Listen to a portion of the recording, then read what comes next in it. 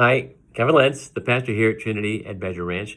I hope you've been enjoying our daily devotions Monday through Thursday and that you keep watching them. Last week, I began a devotion on the book of Ecclesiastes by looking at chapters 1 and 2. Today, I'm just going to pick up where I left off with that and look at chapter 3. And the first thing that I'm going to read has been made into a rock song by the group The Byrds, and I'm sure you're very familiar with that. And this will sound familiar as well.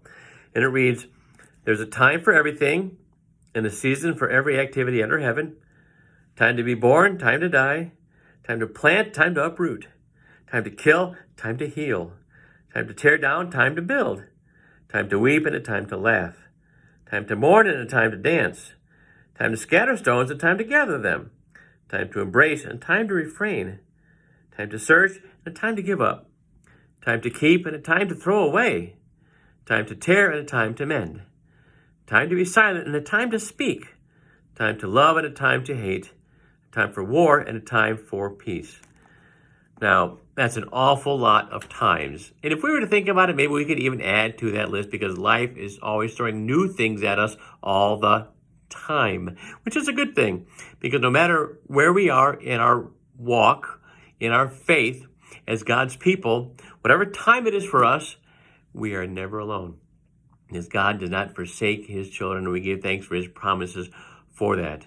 So again, this life, this world, throws at us a whole bunch of different times or events or happenings, as we just read about. We pray God blesses every one of them, even if they're the sorrowful ones, a time to mourn and a time to weep. We give thanks God is with us during those difficult times, because God is always with us, living in our hearts, and we're so very thankful for that.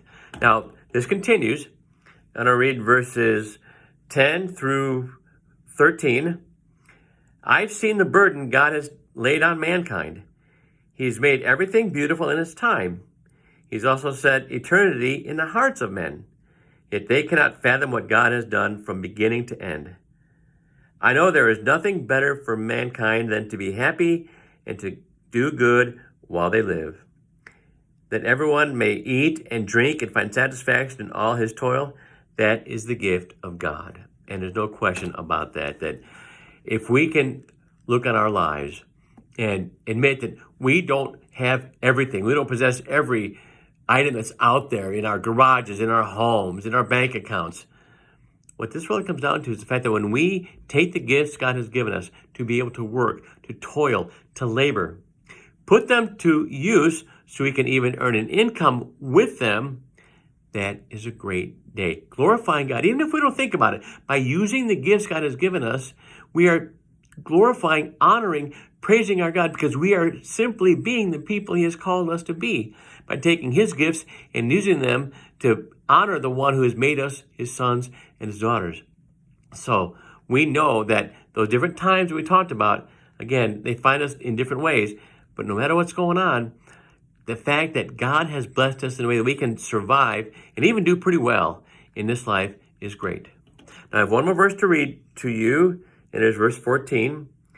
"I know everything God does will endure forever. Nothing can be added to it, nothing taken from it. God does it so people will revere him." Everything of this life, of this world, is temporary. We're temporary. We know that because we've lost loved ones who've gone ahead of us. And we mourn them, we grieve them, but other things that are supposed to be so long-lasting in this life, in this world, when Christ returns, I mean, the heavens and earth will pass away, we are told biblically. So nothing of this realm that we're familiar with will last forever.